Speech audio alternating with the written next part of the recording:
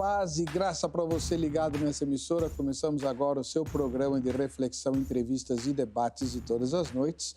Hoje, entrevistando um parceiro do programa que se propõe a responder uma das mais antigas perguntas de todos os tempos e uma das que quase nunca encontra a resposta, pelo menos completa, nunca encontrou, que é a questão da presença do mal num mundo criado por um Deus bom. Quando olhamos para a criação de Deus, vemos coisas lindas, maravilhosas, mas também encontramos, e de forma muito abundante, males, tanto os praticados pelo ser humano, criado à imagem e semelhança de Deus, quanto males perpetrados pela própria natureza, seja por meio das intempéries ou seja pela maldade das criaturas não humanas que estão presentes na natureza. Isso suscita uma pergunta. Se, como diz a Bíblia, a natureza revela Deus, né?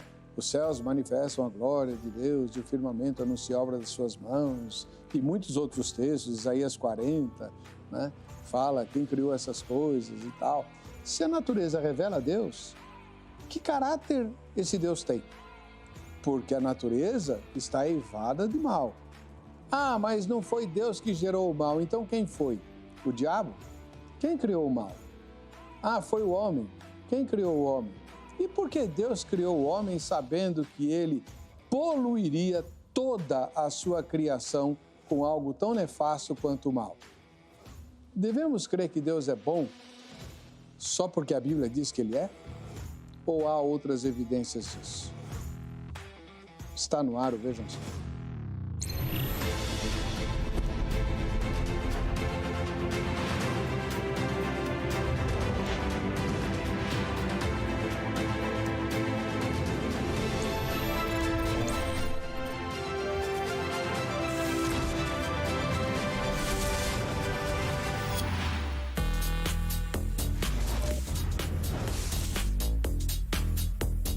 Olá, é com alegria que iniciamos mais essa edição do programa Vejam Só, um oferecimento da Academia Teológica da Graça de Deus, a Agrade.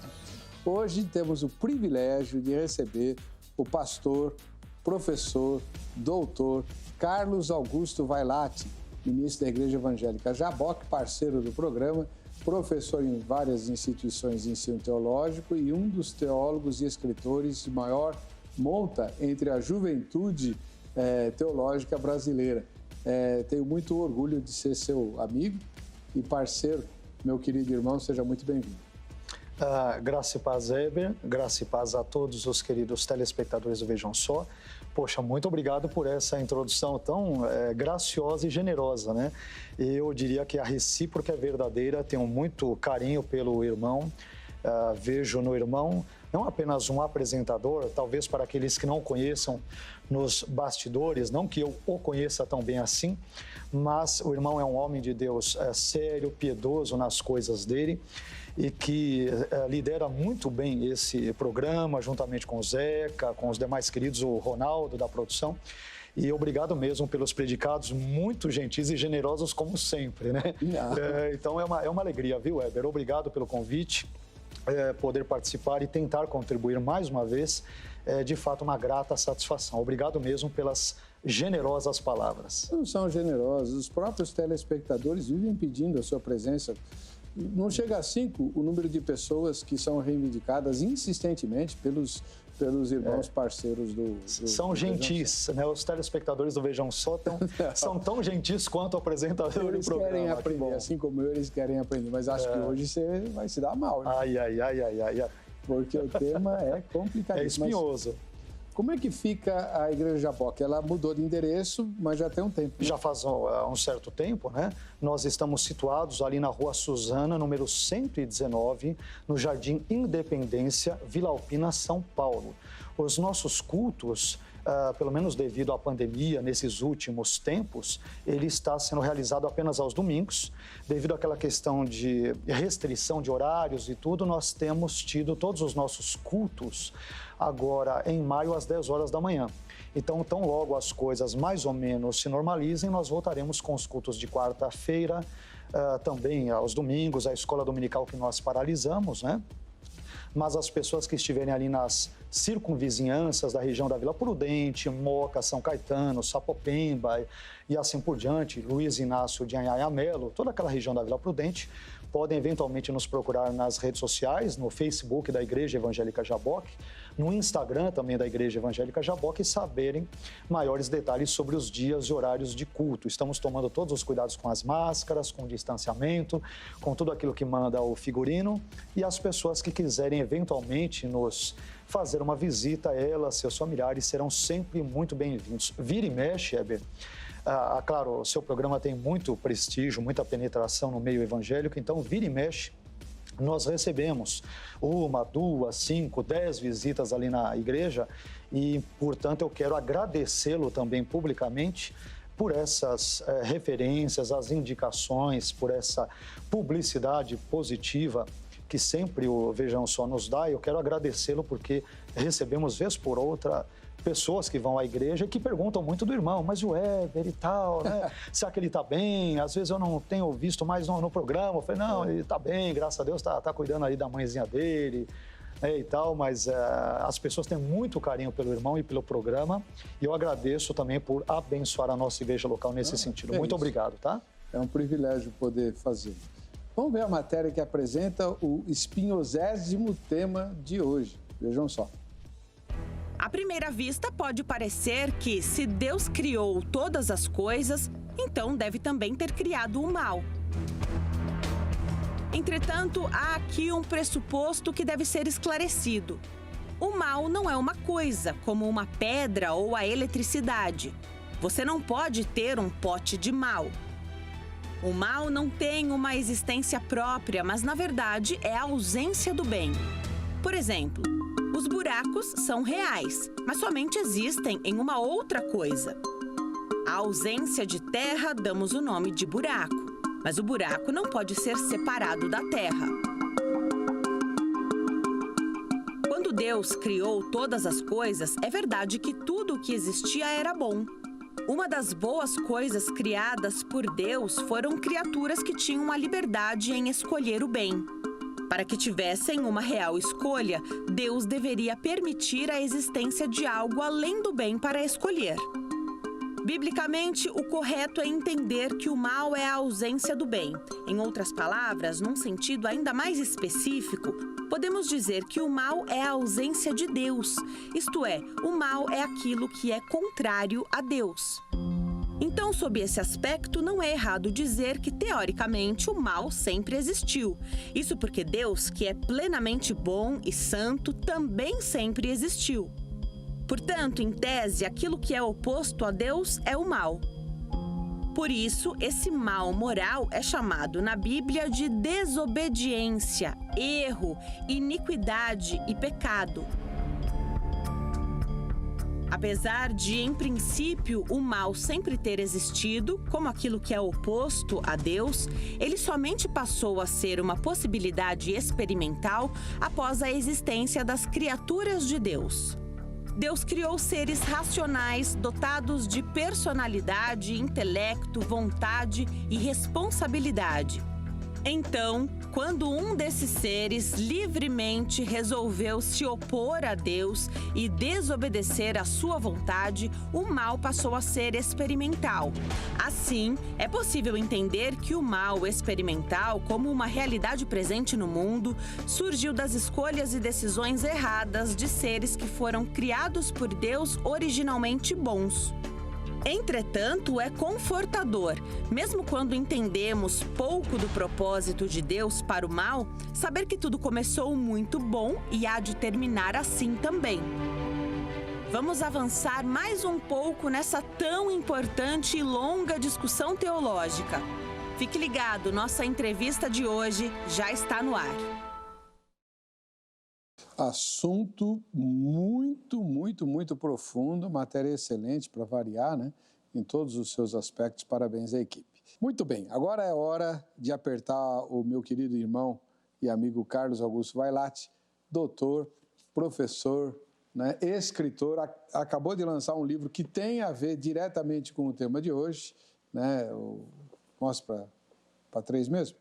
Então está aqui um livro, um comentário muito importante, exegético, inclusive com uma tradução particular do livro de Abacuque. Está aqui. Olha lá. Por que você escreveu esse livro sobre Abacuque, o Vailate? Boa pergunta, Heber. Eu sou um amante da Bíblia e particularmente do Antigo Testamento, né? Você é especializado em hebraico, né? Eu me especializei no meu mestrado, eu acabei me concentrando na teologia bíblica, mas com ênfase no Novo Testamento, o que resultou depois no Manual de Demonologia, sobre o qual inclusive já falamos, aqui tivemos a oportunidade, né?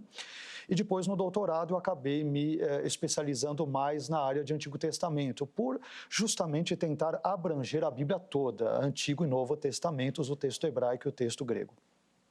Mas, no que diz respeito, inclusive, ao tema de hoje, o tema do mal, o assunto mal, tanto quanto para o Vejam Só, para o programa de hoje, ele é um tema, eu creio que muito importante e sempre que povoa os pensamentos, a curiosidade e, na verdade, a vida real de todo ser humano. Porque todos nós ou experimentamos no passado, ou estamos experimentando exatamente agora no presente, ou no futuro, algum tipo de mal ou males.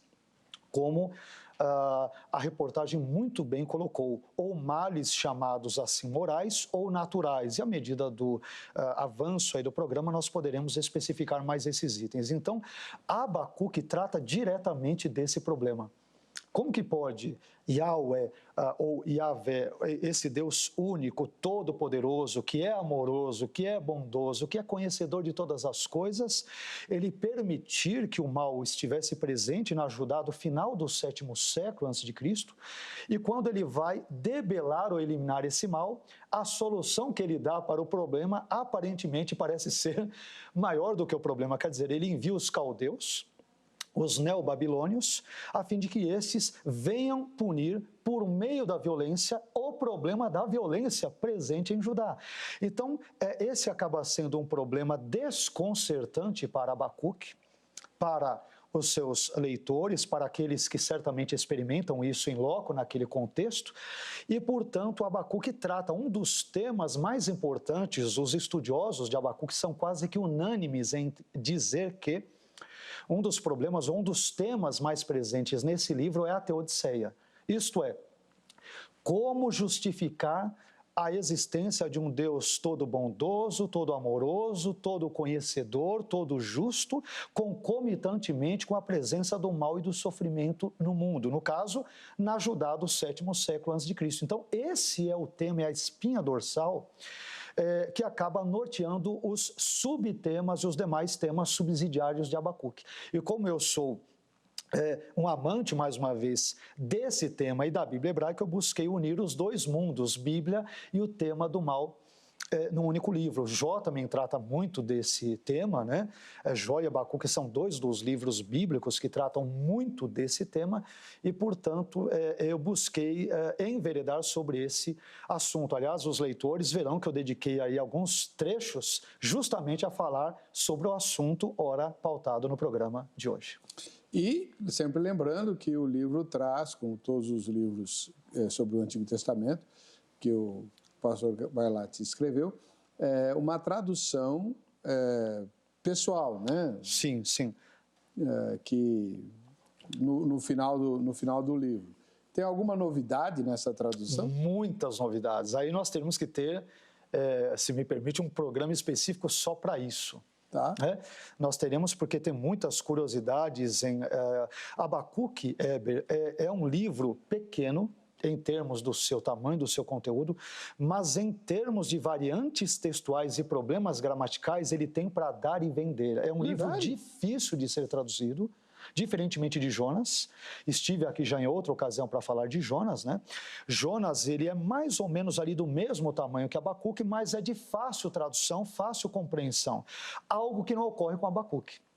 Então, Abacuque tem algumas palavras raras que aparecem só ali, são chamadas pelos estudiosos de rapax legomenon, né? Palavras raras que aparecem só ali e de difícil tradução. Então, nós temos algumas peculiaridades ali com o texto hebraico, com o texto dos manuscritos do Mar Morto, com o Códice Barberini, que é uma versão grega do texto hebraico, do capítulo 3. Então, tem muitas curiosidades, muitas coisas interessantes, mas, de novo, eu entendo que acho que deveria um programa específico para isso, porque são muitos detalhes, é muito curioso. Sem problema. Quem sabe nós... Numa outra ocasião, nós o faremos. Nós voltemos. E caso você de casa ainda não saiba, um dos grandes valores do livro de Abacuque Exato. é o fato de que aquela expressão tomada pelo apóstolo Paulo em Romanos, o justo viverá por sua fé, é uma citação de Abacuque. Quem escreveu originalmente foi Abacuque. Exato. E se você me permite, você tocou num dos problemas, porque Abacuque não diz que o justo viverá pela fé. Aí já é um problema, né? Então, ele vai dizer que pela sua fidelidade o justo viverá.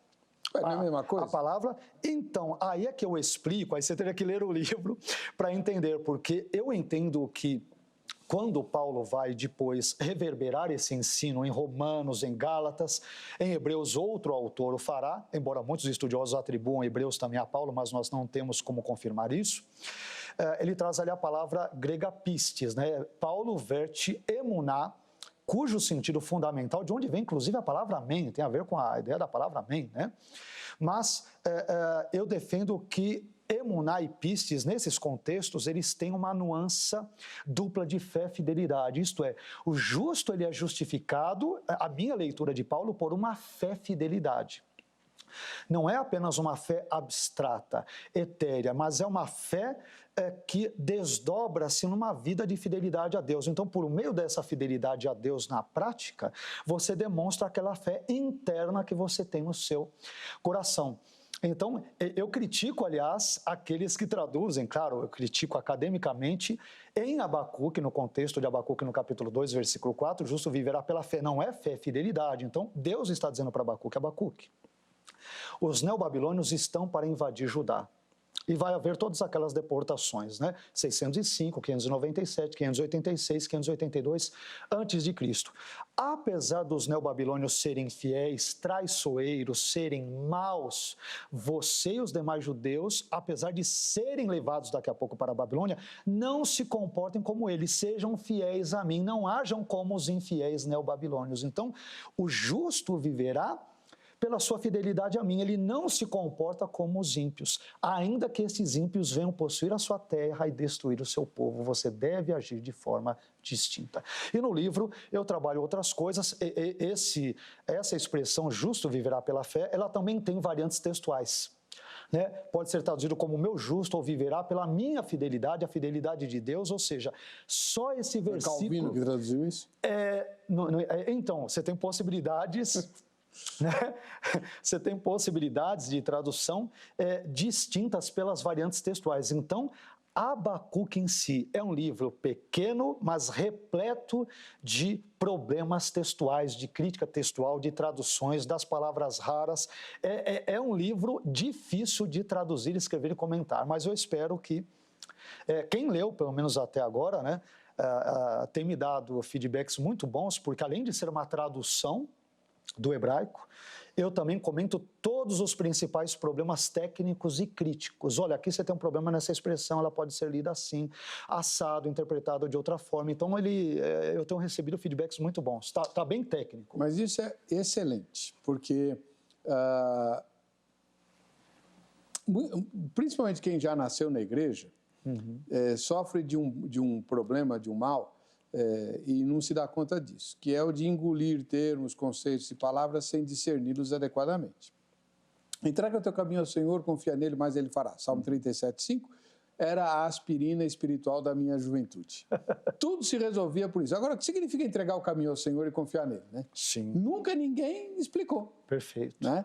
O caminho hebraico envolve toda uma vida, entregar a sua vida toda. Fé. Exato. Fé e fidelidade, para mim, são a mesma coisa, porque a fé não é simplesmente crença, é confiança. Você confia, né, em Deus e, por isso, permanece fiel a despeito das circunstâncias e, pelo que você acabou de descrever, professor, Daniel e os amigos dele devem ter decorado Abacuque. Perfeitamente, exatamente. São fiéis a Deus. Essa palavra é muito importante, extremamente importante para o judaísmo. Mas a minha preocupação, e isso eu deixo bem claro no comentário, o comentário ele é bem exegético, bem técnico, mas muito teológico também. E tem muitas características, vez por outra, pastorais, visto que sou cristão e tal, né? Tenho um compromisso com a fé cristã. Mas eu tomo esse cuidado de não... Eu alerto os leitores, tomem cuidado para não ler Abacuque com as lentes de Paulo, que é o que ocorre. E principalmente com as lentes de Lutero, porque senão você se torna anacrônico. Você faz Abacuque dizer aquilo que originalmente ele não teve a intenção de dizer. Então, a minha preocupação é essa. Como um dos axiomas da Reforma Protestante é o justo, né?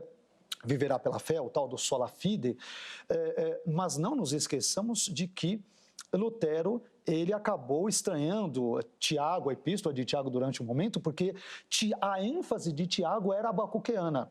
A fé sem obras é morta, é o pensamento de Abacuque, é uma fé fidelidade, não é uma fé como nós, eu tenho credo, creio em Deus Pai Todo-Poderoso, Criador dos céus e da terra, é uma fé intelectual. Não, é uma fé que se traduz em atos concretos, onde a pessoa demonstra pela sua vida e obras conduta que ela teme a Deus. Conduta. Esse é o contexto. Essa é a palavra importante. Exatamente. Conduta. Exatamente. Fé e conduta. Nós, contemporâneos, temos caído numa armadilha muito severa, que a gente tenta explorar nas entrevistas aqui, de que fé tem a ver com credo, com confissão, com discurso teológico, com também doutrina. Tem a ver, mas não pode reduzir a isso, é muito mais do que isso. Eu tenho absoluta convicção de que pessoas que não têm uma doutrina que nós consideraríamos perfeita, irão para o céu, por causa da sua conduta. Né? Bom, mas o assunto não é Abacuque, o assunto é a presença do mal criado por um Deus bom. Antes de você responder isso, vamos para a nossa enquete. Quero só ver, vamos lá. Se você fosse Deus, olha só, você vai brincar de Deus, fazer que nem a Emília lá do Monteiro Lobato. Se você fosse Deus, você criaria o ser humano mesmo sabendo que o ser humano, pecaria rebelando-se contra o seu Criador? Você criaria? Quer dizer, se você fosse Deus, sabendo de tudo que o ser humano ia fazer logo depois, você criaria o ser humano assim mesmo? Olha, sim ou não? Quero só ver a resposta no final dessa edição. Tudo bem, é uma resposta provisória, né? Mas a gente quer saber. Por quê? Professor, eu sei que mais cedo ou mais tarde o irmão vai dizer assim, não, Deus não é o criador do mal, né? Ainda mais como arminiano bom que o irmão é, Deus não pode ser o criador do mal. Então, alguém que não é Deus foi o responsável por inserir o mal na criação divina. Satanás, ou o homem, ou os dois juntos, né? Um logo depois do outro, em aliança maldita. Isso resolve o problema? Olha, isso em si não resolve o problema. O problema, ele se dá de longuíssima data, né? Esse problema do mal. Qual é o problema do mal em termos teológico e filosófico, né? Teológicos e filosóficos, só para esclarecermos para quem nos assiste. Quando nós falamos do problema do mal em filosofia e teologia, nós estamos querendo falar sobre o seguinte: como que pode um Deus que, segundo os teístas, especialmente os cristãos, ele é onipotente, ele é onibenevolente, ele é onisciente. É um Deus que tem esses traços, ele coexistir com o mal e com o sofrimento no mundo. Como que isso pode? Isso, de forma muito resumida, é o problema do mal. E para tentar resolver esse problema, Heber, se você me permite, os teóricos, os estudiosos, filósofos e teólogos, eles criaram teodiceias.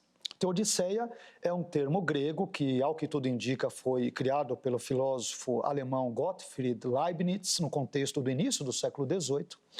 E a palavra teodiceia vem da junção de duas palavrinhas gregas, theos, Deus, de que? Justiça. Isto é, resumindo, teodiceia é uma referência a toda a tentativa racional que existe no sentido de tentar conciliar tanto a existência de um Deus todo-poderoso, todo-conhecedor, todo-amoroso, com o mal e sofrimento no mundo. Então, são tentativas humanas, racionais, intelectuais de explicar como essas duas coisas que parecem que não fecham, não batem, podem coexistir. Bom, para isso, algumas teodiceias foram criadas. Algumas delas eu cito em Abacuque e outras eu cito no livro de Jonas, tá? Se as pessoas lerem o livro de Abacuque a partir ali da página 66 alguma coisa, e o de Jonas, o comentário a partir da página 76, vão encontrar as principais teodiceias que existem no mundo e que lidam com isso. Eu vou citar algumas, se o irmão me permitir, para nós contextualizarmos essas tentativas, como os estudiosos têm lidado com isso. A primeira teodiceia, que é a mais óbvia, e o irmão já a citou, apesar de não mencionar o nome, é a chamada teodiceia do livre-arbítrio. O que ela diz? O mal em geral presente no mundo, ele é resultante do mau uso da liberdade, quer por anjos inicialmente, daí um anjo bom que a tradição chamará de Lúcifer e depois é chamado de Satanás ou diabo, e que experimenta a queda, e no contexto terreno, Adão, que também faz mau uso da sua liberdade e acaba arrastando não somente ele mesmo, mas toda a humanidade nesse contexto. Então é a teodiceia do livre-arbítrio. O mal, no sentido geral, existe como mau uso da liberdade dos anjos e dos homens. Eu diria que eu estou muito bem alinhado nessa perspectiva e eu, talvez ao longo do programa, eu tentarei explicar que, em geral, os males, em última análise, no mundo, eu estou usando aqui males, tanto me referindo ao mal moral, o mal que ele é resultado de uma ação deliberada de um homem, de um ser humano praticada contra si mesmo ou contra o outro, assaltos, roubos, furtos, pedofilia, corrupção, e também males naturais, tufões, furacões, tsunamis, maremotos, terremotos e assim por diante. Então, todos esses males, e a filosofia que nos classifica entre males morais e naturais, em última análise, nós podemos remetê-los na sua origem ao mau uso da liberdade de anjos e homens. Então, ponto. Uma segunda teodiceia, que ajuda em partes, mas não totalmente, eu diria que a teodiceia do livre-arbítrio já é mais feliz, embora talvez não seja perfeita, é a teodiceia educativa. Ela vai dizer, o mal é pedagógico, né? O mal nos ensina uma série de coisas boas e lições que nós não aprenderíamos apenas com o bem. Então, o mal tem muitos aspectos pedagógicos, só que esse tipo de resposta não soluciona todo o problema. Porque como que você vai explicar para uma mulher, vamos contextualizar, nós estamos hoje numa das maiores, a maior pandemia da história. Como você irá explicar para famílias, para pessoas que perderam todos os familiares ou vários deles e você vai dar um tapinha nas costas e dizer, não se preocupe, porque o mal é pedagógico. Aí ela vai virar para você e vai dizer, é pedagógico porque não foi o seu pai que morreu, não foi a sua mãe, não foi o seu filho. Eu perdi 5 pessoas na família. Eu que sou pastor de uma igreja pequena, eu tive caso de uma irmã lá que perdeu 2 familiares e uma outra irmã que perdeu 2 familiares em menos de um mês. Perdeu uma irmã biológica, deu menos de um mês, ela perdeu outra irmã. Misericórdia. Não necessariamente uma delas de Covid, a outra não, mas em menos de um mês. E essa pandemia tem, infelizmente, proporcionado essa triste experiência, pessoas que perdem mais de um familiar. Não só por ela, né? Exato. Nós tivemos aqui uma pessoa conhecida que perdeu a mãe porque ela estava se tratando de câncer, na fase final do tratamento, e o tratamento foi interrompido por causa da pandemia. E ela morreu de câncer. Perfeito. Então, é triste, mas então, essa teodiceia educativa, ela é complicada porque que tipo de pedagogia a pessoa que morreu do mal teve, se ela morreu? Então, ela não atinge todos os itens. Uma terceira teodiceia, Heber, ela é chamada teodiceia escatológica ou teodiceia de recompensa. E ela diz o seguinte, olha, todos os males e bens praticados neste mundo ainda terão a sua devida recompensa no futuro. Isso, todos os cristãos creem nisso. Mas, de novo, ainda não resolve totalmente o problema. Mas e aqueles caras que cometeram crimes de colarinho branco? A gente está repleto de exemplos no nosso contexto, sobretudo brasileiro. O sujeito vive até 80, 90 anos, com saúde. Né? Ah, mas na vida por vir ele pagará. Mas e nessa vida? Então, cria aquela situação. Mas depois nós temos uma outra teodiceia, que é a chamada teodiceia adiada. Ela é um subproduto da escatológica de recompensa. Ela vai dizer o seguinte: no porvir nós saberemos o porquê, a razão de todos os males e sofrimentos, quer em contextos morais ou naturais, terem sido permitidos por Deus. Não resolve muita coisa, porque eu estou sofrendo aqui agora. Né? E você tem outro tipo de teodiceia, muito usado, inclusive, por nós cristãos, que tem um fundo bíblico, mas talvez não resolva tudo, que é a teodiceia de comunhão. Ela está dizendo o seguinte: quando nós sofremos, nós experimentamos a presença e a comunhão divinas, o consolo divino como nunca. Então, é aquela coisa, eu estou no vale da sombra da morte, mas não estou sozinho, Deus está comigo. Então, Deus, ele possibilita ou permite o mal, o sofrimento e a dor, para sabermos que não estamos sozinhos neste mundo, mas Ele sempre está conosco em meio ao sofrimento. Então, estas são as explicações principais. Existem outras, todas elas, aliás, principais, estão citadas nos meus 2 livros, de Abacuque, o comentário e Jonas, para os interessados. Então, estas são as principais explicações. Agora, elas não resolvem o problema. O que nós deveríamos dizer no início? E como foi muito bem apontado pela moça que fez a reportagem, acho que o texto do Zeca, pelo que eu vi bem rapidamente... né? O texto é do Zeca, a locução é da Denise. Denise, a locução muito boa, o texto muito bom, a equipe muito boa, né? Graças a Deus, vejam só. Então, nós devemos começar, eu creio que nessa conversa também, mencionarmos o que alguns textos bíblicos dizem, né? Deuteronômio, no capítulo 32, versículo 4, ele diz que em Deus não há injustiça, justo e reto Ele é. O Salmo, no capítulo 5, versículo 4, diz que o mal não habita com o Senhor. Abacuque 1,13, citado, Abacuque diz: Senhor, mas como que pode? O Senhor é tão puro de olhos que não podes ver o mal. Então, porque o Senhor está vendo o mal em Judá e aparentemente não intervém, está de braços cruzados e não faz nada. Tiago, no capítulo 1, versículo 13, diz que ninguém sendo tentado diga: estou sendo tentado por Deus ou de Deus, porque Deus não pode ser tentado pelo mal e a ninguém tenta. 1 João, capítulo 1, versículo 5, Deus é luz e não há nele treva nenhuma. Então, Deus não é, de forma alguma, em hipótese alguma, o autor do mal. Mas a grande pergunta é: por que então ele permite o mal? Sendo que ele é onisciente, ele sabia, como a chamada de abertura e a reportagem muito bem colocou, por que ele permite? E aí tem uma pergunta muito curiosa na enquete: se você fosse Deus, você criaria um mundo como este, sabendo de todas as mazelas e desdobramentos, maus, sofrimentos e tudo que ele traria? E há um pensamento de alguém cujo nome exatamente não me lembro, que ele diz isso: olha, se eu pudesse ser Deus, eu faria um mundo diferente daquilo, né? Se Deus me desse a possibilidade de criar um mundo, eu faria um mundo diferente do dele. Mas se Deus me desse sabedoria, eu manteria as coisas do jeito que estão. Porque quando você acha que eventualmente faria um mundo melhor do que o de Deus, você está dizendo: ele não é todo sábio. Ele errou naquilo que ele fez. Poxa, ele não deve ter previsto que o mal ocorreria. É claro que ele previu tudo. Então, me permita dizer, Deus é onisciente, Ele conhece todas as coisas e, portanto, Ele sabe por que permite o mal. Ele é onipotente, Ele tem todo o poder e, portanto, Ele pode acabar com o mal. Ele é onibenevolente, Ele é todo bondoso e, portanto, Ele ainda acabará com o mal. Então, esse Deus todo-poderoso, todo-conhecedor, todo-amoroso, Ele no tempo devido, no tempo certo, no tempo dele, que não é o nosso tempo, Ele dará o devido fim ao mal. Quem diz isso é Apocalipse 21:4.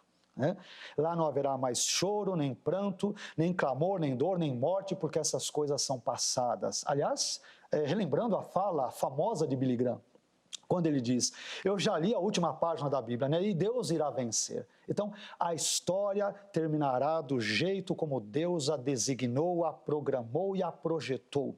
Mas nesse ínterim, nós temos, infelizmente, esse mistério da presença do mal e do sofrimento no mundo. Eu tenho um monte de perguntas para fazer. Então, não numa ordem muito lógica, mas enfim. Pela sua explicação, algumas das teodiceias que o irmão explanou, nelas o mal seria inevitável. Ele teria de acontecer. E há algumas linhas teológicas que, de inspiração calvinista que apontam nisso. Não, Deus até planejou o mal, usando o mal que ele não criou, mas sabendo que ele existiria, para os seus devidos propósitos, né? Mostrar sua graça, por exemplo. Perfeito. O mal seria inevitável no mundo? Aí você tocou numa questão que é muito, claro que é delicada, mas vamos lá. A partir do momento em que Deus cria seres livres ou com liberdades significativas em determinados contextos, mais cedo ou mais tarde, essas pessoas, sem dúvida alguma, poderiam e cometeriam o mal. Então, me permita dar aqui, colocar uma frase que deve ser colocada com muito cuidado. Deus é responsável por criar a possibilidade do mal. Ponto. Isso é bíblico e eu diria que é incontestável e irrefutável. Deus é o criador da possibilidade do mal. Ao criar seres livres que podem ou não obedecê-lo, portanto, ele é o criador da possibilidade do mal. A árvore do conhecimento do bem e do mal. Exato, mas ele não é criador do mal em si, da realidade do mal. Ele cria o fato da liberdade, mas nós é que agimos a partir dos atos da liberdade. Então, praticar o bem ou o mal não é Deus que nos fez praticá-los, essa é a grande questão. Ele cria, vamos usar essa expressão que é muito controversa em termos filosóficos, teológicos e bíblicos, que é o livre-arbítrio, tá? Mas quando ele cria anjos e os seres humanos, ele os dota com algo que ele, Deus que é todo sábio, entendeu que seria bom para a sua criação, que é a liberdade, ou livre-arbítrio, enfim, chame como quiser. Mas junto com a liberdade vem a possibilidade do bem e do mal. A grande questão, portanto, é por que Deus criou um mundo com a liberdade, sabendo que anjos e homens fariam mau uso da mesma para praticar o mal? Bem, eu entendo que Deus, me permita usar uma linguagem ilustrativa e humana, é claro, e portanto falível, mas Deus, sem dúvida, ele pesou nos pratos da balança e todas as disponibilidades de mundos alternativos que ele poderia ter criado. E ele imaginou que seria melhor criar um mundo onde os seres humanos, por exemplo, ou anjos, nesse contexto pré-queda, fossem significativamente livres, mesmo sabendo que um dos efeitos corolários ou colaterais disso seria o mal, do que criar um mundo onde as pessoas sempre o obedecessem, os seres criados sempre o obedecessem, mas onde nunca haveria liberdade real. Eu tenho uma teoria. Eu não sou teólogo, né? Por favor. Sou meramente um cristão. Não, claro que eu tenho uma teoria de que por que Deus fez isso? A Bíblia diz que Deus é amor e toda vez que você ama, você quer ser amado, mas quer ser amado livremente. Perfeito. Você tem um cachorrinho. O cachorrinho sempre vai amar você, né? Ele foi criado para amar você. Então, se você é o dono, né? Ou a dona. Mas Deus não nos criou cachorrinhos. Ele nos criou, imagem e semelhança, esperando que nós o amemos por decisão própria. Assim como você espera que sua esposa ou seu marido te ame porque quer amar. Não é? Correto. E quem ama se arrisca. Exatamente. E sofre. A sua nem visão, Deus escapa. É isso. Então, a sua visão resume, é o que eu falei da liberdade. A partir do momento em que Deus cria seres humanos, ele cria pessoas que poderão dizer não para ele. Pessoas que poderão dizer, eu não creio nem que o Senhor exista. Mas eu que te creio, mas eu não creio que o Senhor existe. Quer dizer, então, você colocou muito bem. Então, o amor, ele arrisca-se a não ser correspondido do outro lado. Esse é um dos motivos, que envolve a ideia da liberdade que nós colocamos. Um outro motivo que eu acrescentaria seria: Deus ele só permite o mal porque, de uma forma que nos é desconhecida, Deus pode fazer com que um bem maior brote do mal. Isso nós temos exemplos bíblicos, né? José, em Gênesis 50:20, vocês intentaram mal contra mim, mas Deus tornou o bem em mal para preservar a vida. Deus tornou esse mal em bem. Perfeito, Deus tornou o mal em bem, para conservar a vida nesse contexto. E outra, Deus ele também permite o mal porque no final ele irá ser glorificado por justamente debelá-lo, eliminá-lo completamente, como Apocalipse no capítulo 20 e no capítulo 21, versículo 4, quando João diz, um dos textos mais lindos e no qual os cristãos de todas as épocas se estribam. Quando ele diz: Deus enxugará dos seus olhos toda lágrima, não haverá mais morte, nem pranto, nem clamor, nem dor, porque estas coisas são passadas. Então, Deus vencerá, e claro que ele vence sempre, mas em termos genéricos e últimos, aparentemente parece que o mal e o sofrimento estão fora do controle de Deus, e é óbvio que estão sob o seu rígido controle, mas aparentemente Deus está perdendo, mas nós sabemos nas Escrituras que não, esse é um ledo e grave engano. Por isso que a Bíblia fala para você não andar pelo que vê. Exatamente. Mas tem que andar por aquilo que crê. Aí a importância do credo, né? Perfeito. Da confissão de fé. Nós cremos que Deus é bom. Já eu vou entrar nessa questão de duvidar da bondade de Deus, mas eu tenho uma pergunta que ia fazer no fim, mas vou fazer agora por causa da sua fala, pastor. A pergunta é a seguinte: o irmão acabou de dizer que Deus vai confinar o mal, vai eliminar o mal da presença dos salvos, certo? Sim. Muito bem. Então nós viveremos uma realidade completamente liberta, isenta de qualquer tipo de sofrimento e mal. Ora, se Deus pode criar um mundo com seres criados à sua imagem e semelhança e livres totalmente do mal, por que ele já não fez isso desde o começo? Ótima pergunta. Ele poderia ter feito? Poderia. Mas nós não teríamos, por exemplo, todo o aprendizado que temos, aí eu já estou me valendo de parte da chamada Teodiceia Educativa, há tipos de experiências que nós jamais teríamos na vida se não experimentássemos determinados males. Jamais. Então nós sabemos disso muito bem, jamais teremos certos aprendizados. Paulo vai dizer que a tribulação ela vai produzir paciência ou perseverança. Eu jamais teria isso se eu não participasse da tribulação, e a tribulação num certo sentido é um tipo de mal. Sim. A solidariedade, a empatia, o amor ao próximo, esses valores, dentre tantos outros, eles não poderiam ser aprimorados ou desenvolvidos ou lapidados em nós se nós não experimentássemos o mal e Deus já criasse-nos com todo o corpo glorificado e tudo perfeitinho. Quer dizer, todo esse trânsito até esses finalmente nós perderíamos. E Deus, portanto, é sábio nos seus caminhos. Ele poderia ter feito? Poderia, mas nós desperdiçaríamos um grandiosíssimo aprendizado que não obteríamos de nenhuma outra forma. E faz parte dos caminhos de Deus. Então tá. Mas essa resposta vale para os humanos. E para os anjos que caíram? Eles aprenderam o que se eles não têm a possibilidade de redenção? Ótima pergunta mais uma vez. É aí que está um detalhe, Deus ele sabe porque não lhes permite a redenção, e aí eu tenho que trabalhar questões filosóficas, visto que a Bíblia não é clara quanto a isso. Aí a gente tem que ir para os outros ramos, onde a Bíblia deixa essas lacunas, a gente tenta preenchê-las com hipóteses, com teorias, com assuntos que a Bíblia não é clara em dizê-los. Então vamos lá. Eu entendo, e essa minha perspectiva, ela está muito alinhada com a visão tomista, a visão de Tomás de Aquino nesse aspecto.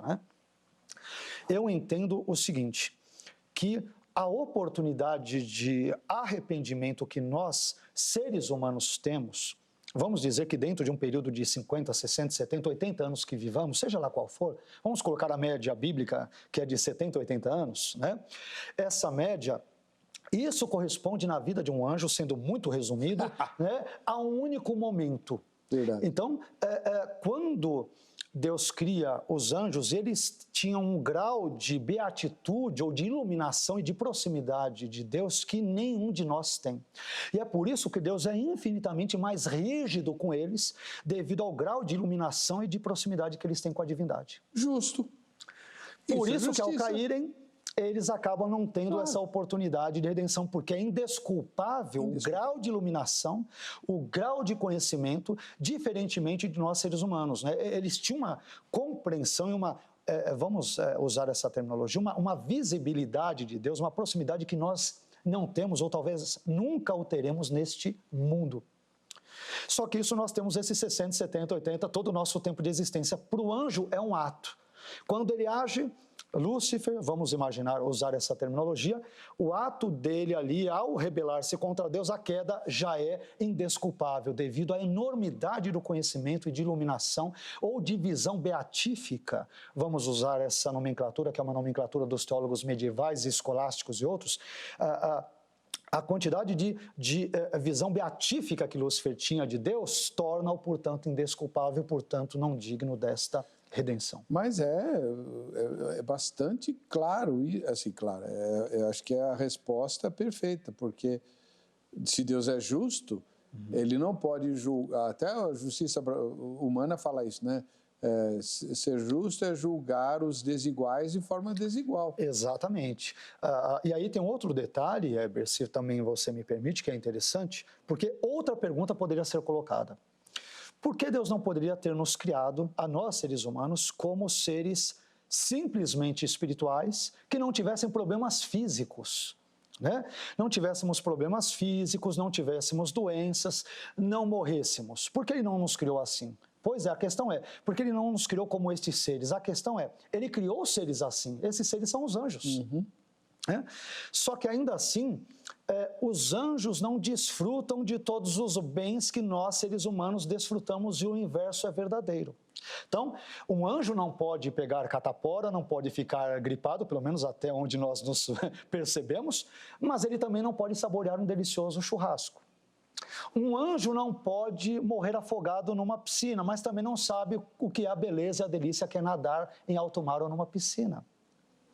Então, você tem esses, digamos, aspectos da criação enquanto seres humanos que nós temos que os anjos não desfrutam, e aspectos que eles também têm de acordo com a criação, como Deus os fez, e que eles também não desfrutam. Aliás, tem um colega nosso que frequenta as nossas poltronas aqui, né?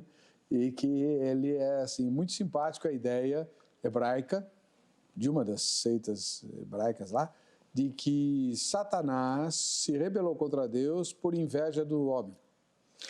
Essa ideia está, por exemplo, presente no Alcorão. Né? Essa ideia também? Tá no Alcorão, tá bem claro. Satanás, ele sente aquele ciúme, aquela inveja por todo o carinho com que Deus cerca Adão. Essa visão é corânica, ela é muçulmana. Né? Eu não sabia. Essa ideia está no Alcorão. É possível que esteja na Bíblia? Aí é que nós temos um problema mais sério, e eu já participei de debates aqui sobre isso, longa data, né? Sobre a queda original de Satanás. E como eu disse, talvez eu repetirei algumas coisas aqui, claro, a Bíblia não é clara sobre o que teria motivado a queda de Satanás. Eu acho que o único texto que esbarra, chega bem perto, é o texto de 1 Timóteo, se não me falha a memória, no capítulo 3, versículo 6, que diz que o aspirante ao episcopado, ele não pode ser neófito, novo convertido, para que, ensoberbecendo-se, na eventualidade de se ensoberbecer, ele não caia na mesma condenação do diabo. Como os exegetas têm interpretado esse versículo? De duas formas básicas. Cair na mesma condenação do diabo quer dizer que o que fez o diabo cair foi a soberba, então seria o mesmo pecado desse aspirante ao ministério, ou ele cai na condenação do diabo, porque o diabo irá condená-lo diante de Deus. Olha lá, tá vendo? Então, estas são as duas interpretações. Ora, se você seguir a primeira como a mais plausível, logo, então, entender-se-á que o que fez com que Satanás, ou aquele anjo bom que se torna Satanás, caísse, seria a soberba. E, portanto, teríamos um único texto em toda a Bíblia, mais claro, ou eu diria mais ou menos claro, eu não defendo que tenhamos um texto absolutamente claro sobre a queda original de Satanás. Nem Isaías e Ezequiel? Eu não defendo. A minha ideia de Isaías 14 é uma referência à queda do rei da Babilônia. Ezequiel 28, a queda do rei de Tiro. Em Apocalipse 12, que é outro texto que as pessoas poderiam usar, o diabo já aparece como diabo, ele já é o dragão, a antiga serpente. Então nós não temos nenhum texto na Bíblia claro, inequívoco, acima de qualquer suspeita e dúvida, que mostre, olha, aqui você tem um anjo bom, e por causa de o que quer que seja, soberba, inveja, ele cai. Esse texto não está claro na Bíblia. Aí nós temos uma questão muito, sei lá, intrigante, muito intrigante. Sem dúvida. Por que, você que é versado, é doutor em Antigo Testamento, por que o Antigo Testamento só vai mencionar Satanás como Satanás, tirando Gênesis 3? Que não menciona Satanás, que, diga-se de passagem, Gênesis em si. Nós só vemos isso pela nossa leitura de Apocalipse, ajustada a ele. Então, Gênesis em si, diacronicamente, não menciona Satanás. O que eu quero dizer é o seguinte... Mas eu entendi a sua colocação. Em Gênesis 3, você tem um personagem lá, a serpente, Ok. né, que induz Eva ao mal. Agora, fora isso... No Antigo Testamento inteiro, só nos livros escritos após o exílio, é que vai aparecer Satanás como Satanás. Por quê? Então, no Antigo Testamento, isso eu explico no meu livro Manual de Demonologia. Isso está explicado lá, por que essa ausência demonológica, pelo menos que é tão presente no Novo Testamento, né, tão ausente ali no Antigo Testamento. Nós não temos, de fato, uma demonologia altamente desenvolvida nas páginas do AT, como temos no NT. Isto talvez se dê, é uma das hipóteses que eu levanto, que vários estudiosos levantam, não é invenção minha, é importante dizer, mas isso tem a ver com o problema do mal, tem tudo a ver com o problema do mal, eu já vou chegar lá. Tem a ver com a visão monoteísta judaica. Ora, se eu tenho um único Deus, e esse Deus não tem rivais, seja quem for, Satanás, anjos, demônios, homens, ele não tem rivais, só existe ele. Né? Nós temos em Deuteronômio 6,4, né? Shema Israel, Adonai Eloheinu, Adonai Had. Ouve Israel, o Senhor nosso Deus é um. Se o Senhor é um, não há rivais para dividir a culpa e a responsabilidade pelo que acontece no universo. É por isso que lemos com grande frequência aquilo que o estudioso do Antigo Testamento chamado Robert Shishon Jr., que tem uma ou outra obra dele traduzida para o português, ele vai dizer de conceito de pancausalidade divina. Como você tem um único Deus, né, a fé monoteísta, todas as coisas, tanto bens quanto males, são atribuídos a ele. Mas Shishon Jr. ele vai colocar em nota o seguinte: portanto, muitos desses textos bíblicos onde se atribuem um mal a Deus e tem a ver com o nosso tema, seria talvez melhor concebê-los como uma referência à permissão divina, e não a uma ação direta de Deus, como se Deus causasse todas as coisas. E não é só Robert Shishon, vários outros autores, eles trazem esse tipo de leitura, né? Eu, inclusive, falei sobre isso tempos atrás num programa Vejam Só, teve quem interpretou de forma equivocada, né? O Vailate está desconsiderando a inspiração das Escrituras, a inerrância, a Bíblia diz que Deus fez aquilo, o Vailate diz que não, né? Eu estou dizendo que esses textos, né? Deus ele cerrou a madre de Ana, ele criou o cego, o mudo que vê ou não, ele entregou as esposas ali de Saul para outros. Esses textos podem ou devem ser lidos, e há vários estudiosos que trabalham isso, a partir da noção presente no Antigo Oriente Próximo de pancausalidade divina. Todas as coisas, muitas vezes, são atribuídas a Deus, inclusive aquelas que ele não causa como causa primeira, mas ele permite que ocorram. Inclusive estas situações. E isso nos ajuda a explicar melhor, entendo eu, essa noção, a presença no mal, no Antigo Testamento e na Bíblia, não quer dizer respeitosamente aos irmãos, no que diz respeito aos irmãos calvinistas, a ideia de que Deus, ele decretou ou pré-ordenou todas as coisas, porque se ele decreta ativamente todas as coisas, eu não teria como não vê-lo como autor do mal e do pecado. Agora, se ele permite, eu sei que é uma situação também difícil, mas a ideia é, ele não age diretamente no sentido de causar o mal. Ele apenas permite que ele ocorra como subproduto do mau uso da liberdade desses seres criados. E ele permite porque ele pode criar um bem maior desses males, algo que nós não podemos fazer. Eu sei que fica meio ali, não resolve totalmente o problema, não resolve nada. Se você pensa, por exemplo, uma criança que é abusada. Sim. Deus poderia impedir isso e não impede, ele permite. Misericórdia, que bem pode vir daí. Exato, eu concordo. Aí essa é a questão, a segunda questão mais antiga do universo. A segunda pergunta, por que Deus permite o mal se ele é bom? Sim. E aí, eu queria saber do irmão o seguinte, é pecado duvidar da bondade de Deus? Ou eu tenho que crer que Deus é bom só porque a Bíblia diz? Essas perguntas simples é que são complexas, né? Bom, eu diria que, claro, se você... bom, vamos tratar da dúvida. Ô Heber, eu não diria que Deus é aquele carrasco, claro, Deus ele é todo bondoso, todo amoroso, todo justo, ele é omni em todas essas coisas, que fique muito claro, né? Então, voltemos a Abacuque. Abacuque enche Deus de perguntas. Em nenhum momento Deus o recrimina. Em nenhum momento Deus chega para ele, ô garotão, você está fazendo muitas perguntas. Você é um profeta meu, um profeta de Deus, você deveria simplesmente crer. Mas, Senhor, onde o Senhor está com esses pecados internos dos maus judeus contra os bons judeus? E o Senhor está de braços cruzados e o Senhor não faz nada. O Senhor é puro de olhos para ver o mal, o Senhor está vendo o mal, o Senhor não está fazendo nada. Então, Abacuque questiona a aparente inação de Deus e em nenhum momento Deus o pune.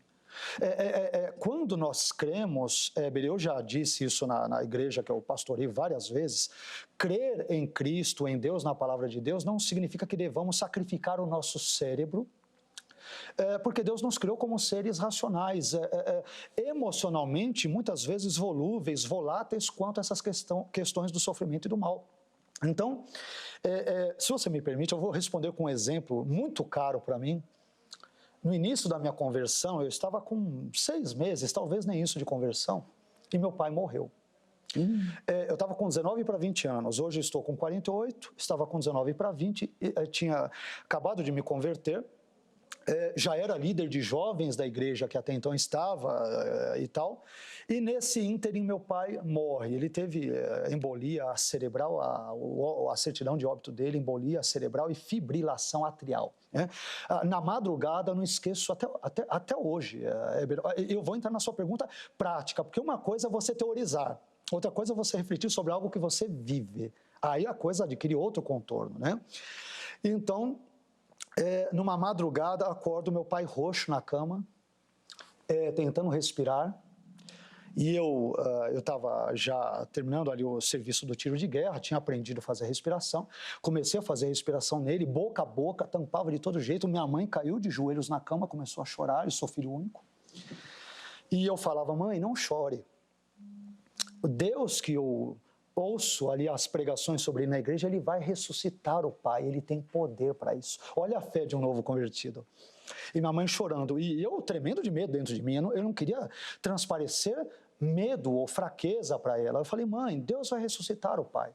E eu tento respiração boca a boca, tento a massagem torácica, e ele volta um pouco e vai de novo. Chega uma hora que não volta mais. Aí cheguei, resumindo, fomos levá-lo ali de madrugada com meu tio, que era vizinho, hoje falecido também, no Hospital da Beneficência Portuguesa em São Caetano do Sul. E chegando lá, eu com minha mãe madrugada, eram umas 4 horas da manhã, olhando para as estrelas ali, as poucas que tinham, e eu falei, mãe, calma, o pai vai ressuscitar. Eu ouvi isso do pastor da igreja, que Jesus ressuscita os mortos. Por que Deus trataria o meu pai de forma diferente de outros? Do filho da viúva de Naim, de Lázaro. Jesus ressuscitou a Lázaro, o filho da viúva de Naim. Por que o meu pai não seria tão importante quanto ele e Deus amaria menos o meu pai? Olha só. Aí chega uma equipe de médicos, vocês são os parentes? Sim, eu sou o filho, tal. Meu pai está bem? Não, garoto, seu pai, sinto muito. Aquela frieza médica clássica, né? Seu pai já chegou aqui morto. Falei, não, mas deixa eu ir lá que eu vou orar e Deus vai ressuscitá-lo. Não, você não está entendendo, não tem mais jeito, ele morreu. Sabe o que acalmou meu coração? No início, eu fiquei com muita raiva de Deus. Eu estou dizendo isso porque talvez isso vai servir para muitas pessoas que nos assistem, em termos práticos, saindo só da filosofia teórica, de uma teologia teórica, abstrata e mais concreta. Eu falei, Deus, por que o Senhor amou meu pai menos do que o filho da viúva de Naim, do que Lázaro? O Senhor os ressuscitou e meu pai não? O Senhor não sabe que isso me machuca? Por que o Senhor tratou meu pai de forma diferente? E eu fiquei com uma ira muito grande. Até que eu li o livro do profeta Daniel. E eu vi a atitude daqueles 3 jovens. Aquilo mudou a minha vida, Heber, mudou a minha vida. Quando aqueles jovens dizem, o rei ameaça, se quando tocar a buzina, o pífaro e tal, as trombetas, vocês não se encurvarem diante da estátua, vocês serão lançados ali na fornalha de fogo ardente. Eu quero saber qual é o Deus que irá livrá-los das minhas mãos. E aqueles jovens dizem, ó rei, eu sei que Deus pode nos livrar, mas se não, fique sabendo que nós não vamos adorar e não vamos nos encurvar. Foi aí, nesse exato momento, que parece que escamas caíram dos meus olhos e eu entendi o que é a onipotência divina. O fato de Deus poder fazer todas as coisas não significa que Ele esteja sob a obrigação de fazê-las. Deus podia ressuscitar o meu pai? Poderia. Ele poderia ter impedido, inclusive, que ele morresse, mas Ele não quis fazer porque os seus caminhos são sábios, né? Ele é todo conhecedor, Ele é todo amoroso, Ele é todo poderoso. Ele podia fazê-lo, mas por motivos que não me competem a Ele, Ele não quis fazê-lo. Então, foi aí que eu entendi o que é onipotência. E é um exemplo que eu uso muito para as pessoas que passam por isso. Então Deus não está sob a obrigação, porque é todo poderoso, de me curar. Heber, eu digo isso com frequência na igreja. Deus não está sob a obrigação de me manter vivo mais 1 minuto, mais 1 segundo sequer. Ele não estava nem sob a obrigação de me criar.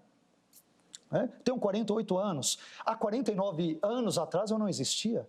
E daqui talvez a segundos, minutos, horas, meses ou anos, eu não existirei e o mundo continuará a ser o mesmo sem o Carlos, porque o mundo não gira em torno de mim, ele gira em torno de Deus, o mundo é de Deus, Ele é o Senhor soberano sobre todas as coisas, nós não somos o centro do mundo, Deus é o centro de todas as coisas, nele vivemos, nos movemos, existimos. É isso que me faz não duvidar depois de todo esse rodeio da bondade de Deus. Embora eu não veja como um pecado a pessoa se sentir mal e duvidar e perguntar, Deus, por quê? E lamentar.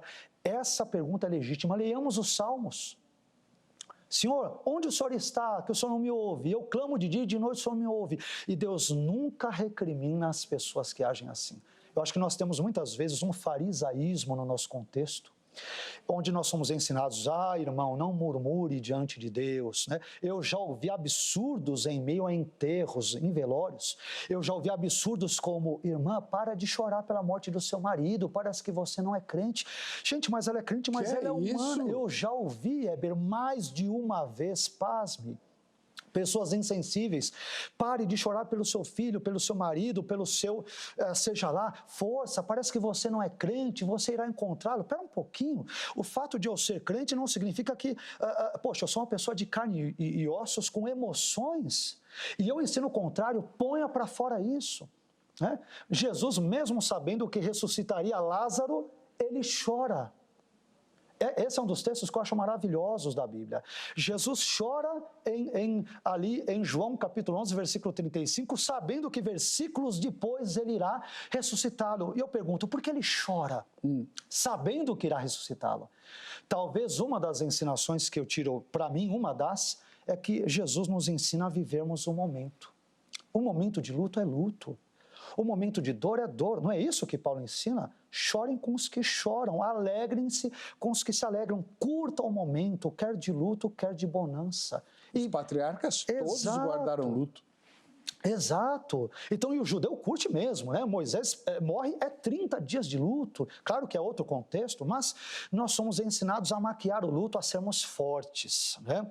A não chorarmos, né? Faz parte do nosso caráter, e aí depois do nosso morre ser. do coração. Perfeito. Eu creio que é isso. Eu era criança, um mocinho, tinha uma propaganda do Ministério da Saúde, seja homem, chore, por causa da quantidade de homens que morriam de infarto. Exato. Perfeito, perfeito. Bom, nós temos que reaprender a arte de nos enlutarmos, de lamentarmos, de chorarmos e, por que não, de questionarmos a Deus. Mas veja bem, se me permite só isso, Abacuque questiona a Deus, mas não de forma ímpia. Eu sou profeta, eu vou colocar o Senhor contra a parede, o Senhor vai ver quem eu sou. Não, né? Ele questiona a Deus de forma piedosa. Ele tem dúvidas, é legítimo ter dúvidas. Se Deus me criou como um ser racional e inteligente, é natural externar as dúvidas dentro de um ambiente regado por piedade. Bom, nós estamos nos aproximando do intervalo, mas eu já vou pôr no ar a pergunta que não quer calar, mas você só vai responder no próximo bloco. Assim como também quero seus comentários sobre aquilo que foi falado na matéria, de que o mal não tem existência objetiva. O mal é a ausência do bem. Eu tenho dúvidas a respeito disso. Então vamos lá. Põe no ar a pergunta que não quer calar. É pecado duvidar da bondade de Deus? Essa é a pergunta para um cristão, é lógico, né? É pecado duvidar da bondade de Deus? E eu quero que o irmão Vailate também comente o seguinte: se o mal não tem existência própria, ele é a simples ausência do bem, como explicar crueldade? Crueldade é ausência do quê? Que quem não é bondoso é cruel? Inveja. Inveja é ausência do quê? Vaidade. Ódio. Ódio no sentido ódio destrutivo, né? Do tipo que Hitler tinha pelos judeus, por exemplo. Né? Eu quero questionar essa coisa de que o mal não tem existência em si. Né? Como o exemplo que o Zeca deu lá, o buraco. O buraco é ausência de terra. Tá bom. Vamos lá, antes de sair para o intervalo, pega aí um papel, anota o telefone da Academia Teológica da Graça de Deus, a Agrade. 3115-0819 em São Paulo, não esqueça do 0 operadora 11. No horário comercial eles estão prontos para te atender e mostrar as novidades que a Agrade tem, inclusive o novo curso bíblico com 3 níveis diferentes, muito bom, muito legal. Quem quiser pode usar também o site. A Agrade tem cursos à distância, né? Feitos na forma de EAD, então, por causa da pandemia, você vai poder estudar a Bíblia aí em 3 níveis diferentes para servir melhor ao Senhor. Além de muitos outros cursos que a Agrade mantém aqui em São Paulo e no Rio de Janeiro. Além disso, eu quero que você pegue o celular, não para telefonar, mas para focalizar. Não precisa fotografar. Liga a câmera do celular e focaliza aquele quadradinho mágico que está aqui, ó. Com isso, o seu celular, vai estar automaticamente habilitado a receber todo o conteúdo dessa emissora postado no canal do YouTube. E se você se inscreve, recebe até as notificações, né? Vejam só que o pastor Vailate e tal, aí você não precisa nem ficar procurando. Já vai estar lá avisado para você que chegou e você pode assistir onde quiser e onde estiver. A gente vai para o intervalinho e volta já com o Vejam Só.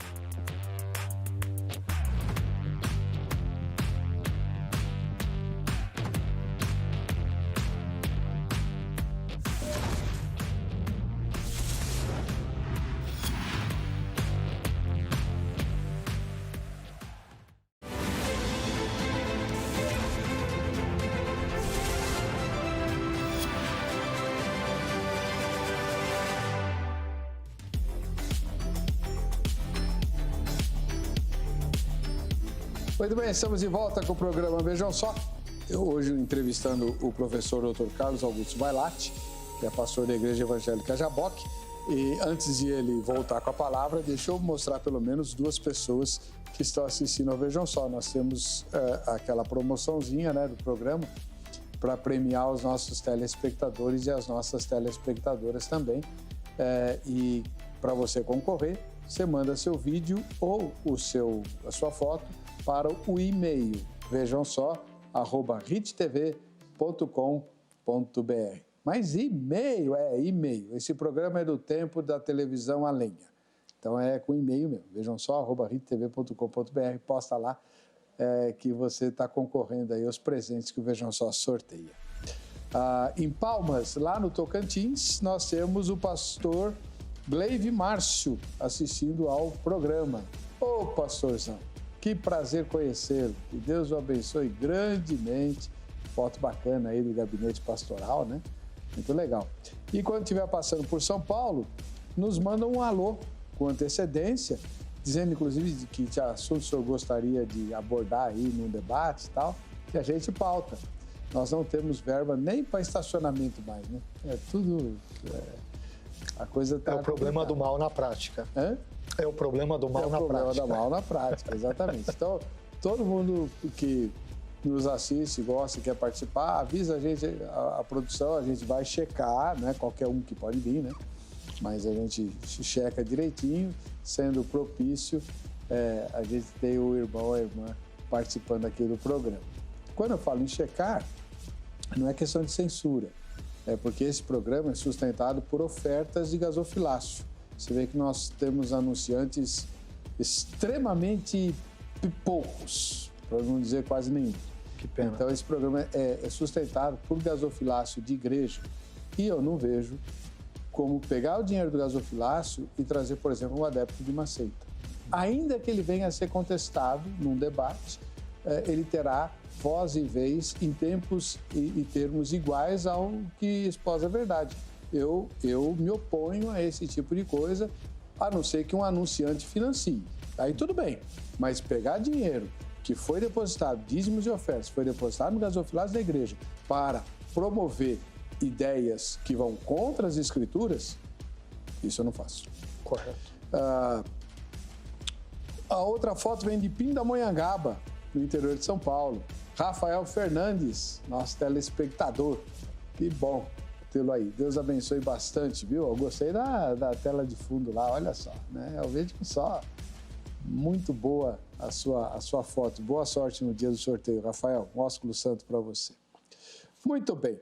Vamos lá, rapidinho. Pastor Vailate, autor do livro sobre o livro bíblico de Abacuque, né? Inclusive com uma tradução particular dele. Vamos lá.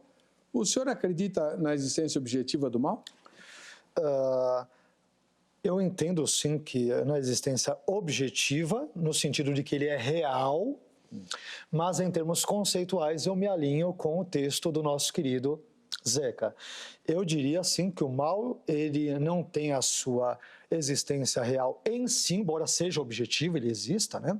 Mas ele exista parasitariamente em outras coisas, corrompendo-as. Por exemplo, como os exemplos clássicos citados, ele usou do buraco, as pessoas normalmente usam a ferrugem, né? A ferrugem não existe em si mesma, mas ela existe no ferro. Sem ferro não há ferrugem.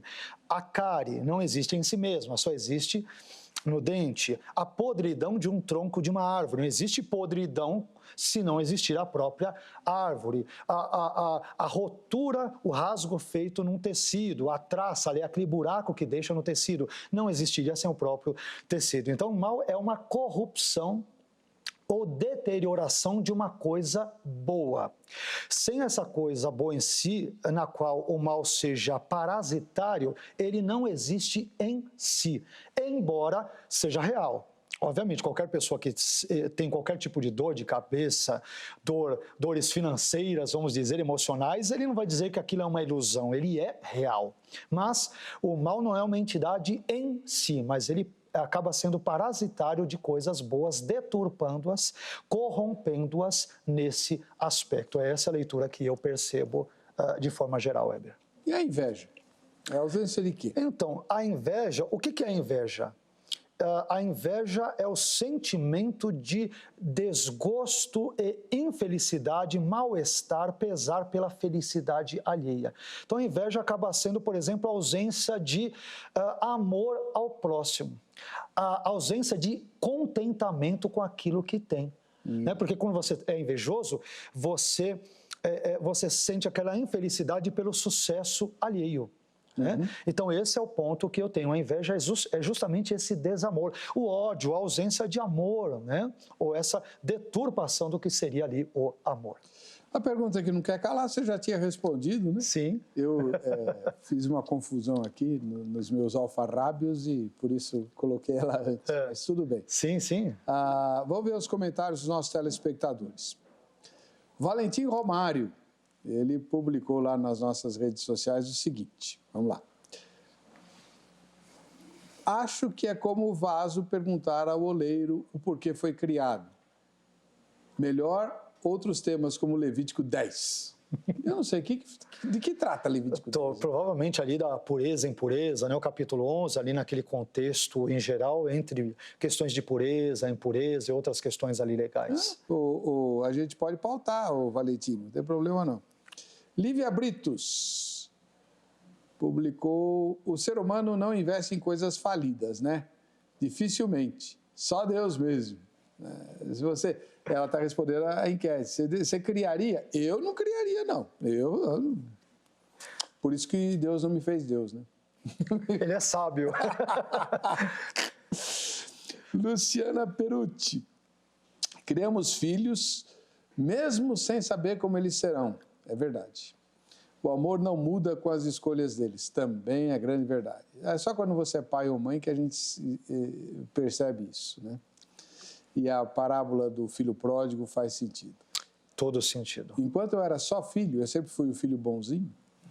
Mamãe que disse. Eu ficava louco da vida com a parábola do filho pródigo. Hoje não. É verdade. Mas, Weber, eu não sei se nós temos ainda um tempo só para pontuar algumas coisas que talvez não tenham sido pontuadas, se você me permite, eu sei que o tempo é escasso. Há muitas propostas também, além das que nós citamos, várias teodiceias, que buscam lidar com o mal. Uma delas é o teísmo aberto. Só que o teísmo aberto, ao tentar resolver o problema do mal, ele elimina a onisciência. Quer dizer, o conhecimento exaustivo de outras coisas não é possível nem mesmo para Deus. Então, o teísmo aberto, ele acaba eliminando a onisciência. O teísmo finito, nome esse usado pelo Norman Geisler nos seus livros, né, Teologia Sistemática e outros, o teísmo finito ele elimina a onipotência. Então ele vai dizer, sabe por que existe muito mal no mundo? Não é porque Deus não queira debelá-lo, é que Deus não pode fazê-lo. Olha só, Deus é impotente. A partir do momento em que Deus cria seres livres, ele não pode interferir na vida humana, algo que eu não admito de forma alguma, não é um pensamento bíblico. Então, autores como Hans Jonas, 2 judeus eu estou citando, Hans Jonas, quando ele vai trabalhar um livreto, inclusive traduzido para o português, sobre Auschwitz, ele vai trabalhar essa questão. O outro é Harold Kushner, quando coisas ruins acontecem a pessoas boas. Que, claro, ele escreve isso depois que ele perde o seu filho com 14 anos, Aaron, de uma doença e tal. Então, o teísmo finito sacrifica a onipotência divina. E aquilo que eu chamo de teísmo ponerológico, inclusive no livro de Abacuque, no comentário de Abacuque, que é defendido por Marcião de Sinop. Sinop é uma região que hoje corresponderia à Turquia. Quer dizer, ele vai dizer que Deus é malévolo. Aí você sacrifica a onibenevolência. Então, cada uma dessas respostas, o teísmo aberto sacrifica a onisciência, o teísmo finito ele sacrifica a onipotência e o teísmo ponerológico de Marcião sacrifica a onibenevolência. E como cristãos, nós reafirmamos esses 3 valores. Deus é onipotente, ele pode acabar com o mal. Ele é onisciente e sabe por que permite o mal. Ele conhece todas as coisas e ele é onibenevolente, ele, portanto, ainda acabará com o mal. E é nisso que os cristãos confiam. Pois é. A Delaia Santos disse, se a decisão de não criar fosse a melhor, Deus teria tomado essa decisão. É uma leitura muito popular, mas equivocada, porque pressupõe-se que o nada seja melhor do que algo. né? Quer dizer, desde quando nada é melhor do que alguma coisa? Uma coisa é você comparar maçãs com laranjas e dizer maçãs são melhores do que laranjas. Agora dizer não maçã é melhor do que maçã e é mais saboroso não faz sentido. Né? Então, é um argumento popular, mas não faz sentido dizer que o nada é melhor do que alguma coisa. Infelizmente, a aula acabou, porque a aula não acabou. O problema é o tempo. O tempo acabou, né? Infelizmente, se foi, obrigado, pastor Vailate. Eu que agradeço. Posso deixar um recadinho básico no final, bem rapidamente? Nós estamos agora trabalhando vários cursos, Heber, tanto de Hebraico 1 quanto de Hebraico 2, curso de Teologia Arminiana agora em julho. Então, entre outros cursos que faremos ainda, nos procurem nas redes sociais, no Instagram, @CarlosVailate, no nosso Facebook, Carlos Augusto Vailate, para saberem das datas e dos demais detalhes sobre os nossos cursos de hebraico e de outras matérias bíblicas e teológicas. Obrigado, Heber. Imagina. Vamos lá para a nossa enquete. Se você fosse Deus, criaria o ser humano mesmo sabendo que este pecaria, rebelando-se contra o seu Criador? Vamos lá. 45% disseram que sim e 55% disseram que não. 45% de gente muito misericordiosa, mais que Deus, né? Pois é. Um ósculo santo para todos vocês. Deus abençoe e até a próxima entrevista no Vejam Só.